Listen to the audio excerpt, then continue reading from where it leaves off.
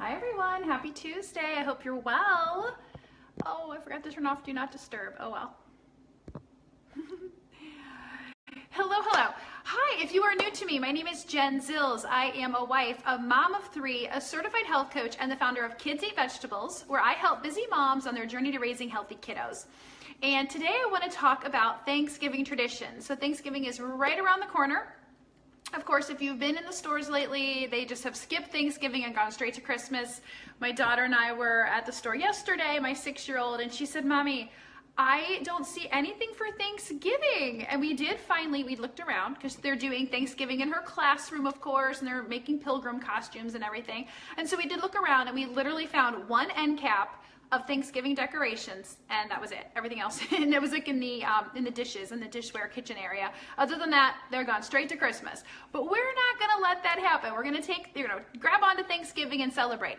So tell me, what are some of your Thanksgiving traditions? Are you hosting this year? Are you going somewhere? Are you taking a dish? Are you making everything? We have been doing the same thing for the last 5 years, so this is definitely, total family tradition at this point. We actually host some of my Ohio family here in Wisconsin, which we love. So my brother will come out with his wife and their 2 kids, and they bring my mom. So they drive out from Ohio and come and spend a long weekend with us, which we love. And some of the things we do that weekend, we're going to go see Wonder. We know that for sure. We do have the big dinner, of course. I begrudgingly from my brother signed us all up for a spin class on Thanksgiving morning, which is always fun. 7:30 we hit the spin bike. It's a lot of fun, except for my brother who kind of complains, but he's used to it now. We always have a night out, so we take advantage of the fact that my mom's here, and we go out one night. We're going to a comedy show and a dinner on Friday night after Thanksgiving without the kiddos, and we don't have to pay for a babysitter, which is a big deal. If you, like us, live where you don't live near family, when family comes into town, you're like, yay! And when mom comes into town to babysit, even better. So those are some of the things that we're doing. We also host a neighborhood turkey bowl. So we happen to live in a really, really amazing neighborhood. Our neighbors are so fabulous, and we've kind of gotten into this schedule where each neighbor takes a different holiday. One neighbor schedules Christmas caroling, another neighbor on the other side of us has the Halloween party. We have a neighbor who plans, this is a new one and it's fun. We go to a polo match on Father's Day. So we have these kind of themes where we love each other, we get together on basic holidays, but other than that, we're, all doing our own thing in the neighborhood. But for Thanksgiving, we host the Turkey Bowl. So we have a big Turkey Bowl football game. It's getting bigger and bigger every year. We invite more and more neighbors. Just the guys and a lot of the little girls, not really the moms, play a big game of turkey touch football in a spare lot across the street from us, and we have a great time. So Turkey Bowl is a big deal. I almost wore the turkey. We have a turkey hat. We have a trophy. We have rally towels and bandanas, and it gets all in. But then once that's over, we all kind of go our separate ways with our families. And I usually make the whole meal. My sister-in-law and my mom will help me here in the kitchen, but I do plan the meal, and I enjoy it. I have a lot of fun with that. Usually, it used to be I try a bunch of new recipes. Now I just kind of stick with the basics, and I'll try 1 or 2 new recipes, but it's pretty much the same deal every year. Last year I did try to make broccoli souffle at my husband's request, and I don't know. It wasn't all that great, so I don't know if it was me or the whole big presentation of the souffle, but this year I'm just keeping it simple. We'll have our, kind of just traditional stuffing and Brussels sprouts and green beans. My little niece from Ohio comes and she loves the green beans, so we'll have green beans for her. Don't worry, honey, I promise you I'll have them.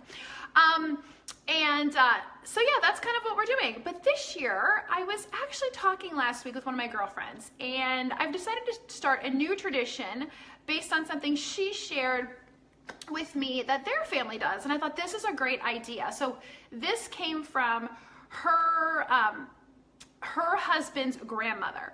And the grandmother would really do this on a regular basis.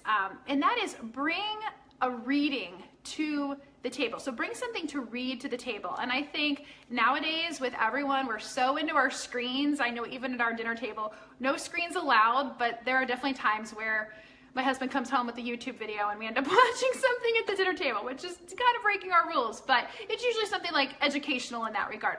However, Thanksgiving, no screens.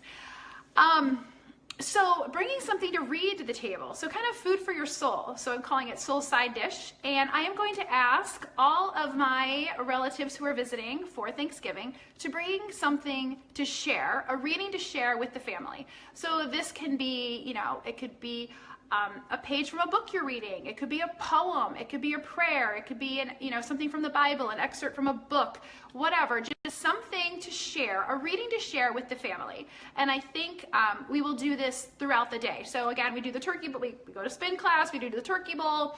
We usually have appetizers midday, and then we'll have the dinner a little bit later in the day. So I think throughout the day, we're going to get together as we're all here and share some type of reading, and it can be anything.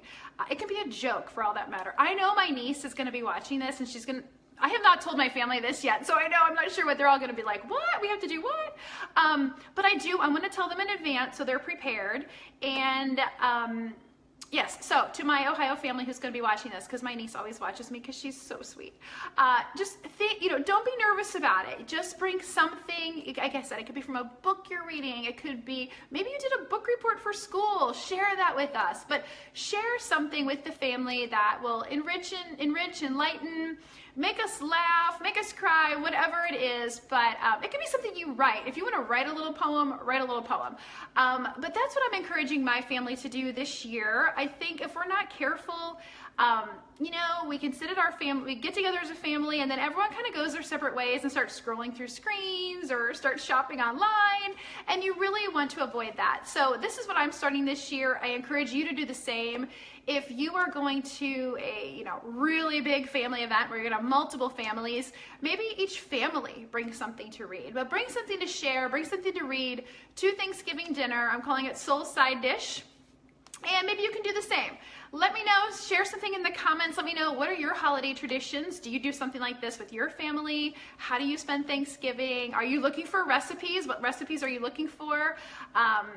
I know as we came together, once we were married, I had to start making, my husband loves stuffing with sausage in it, and this is not something that we ever had growing up because I don't know, it's weird to me. Like, you have the turkey, that's the meat, but no, he wants sausage in the turkey or in the stuffing. So now I make 2 different stuffings every year because that's his favorite. So I do it with the sausage, and then I make one without the sausage because it's not my favorite.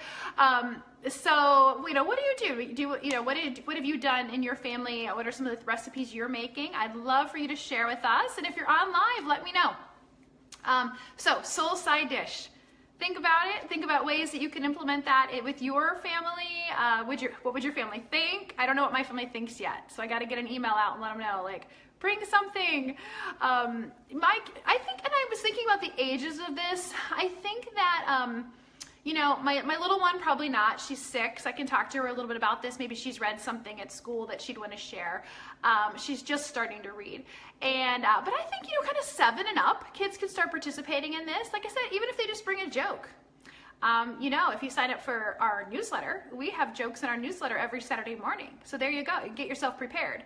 kidseatvegetables.com/tips. You can sign up for our newsletter. I am going to start sharing recipes for Thanksgiving every Saturday, and there's always jokes. So there you go. You can have something for your little one to take to read at Thanksgiving. So be sure to share. Let me know what you're doing, and I hope to talk to you soon. Bye.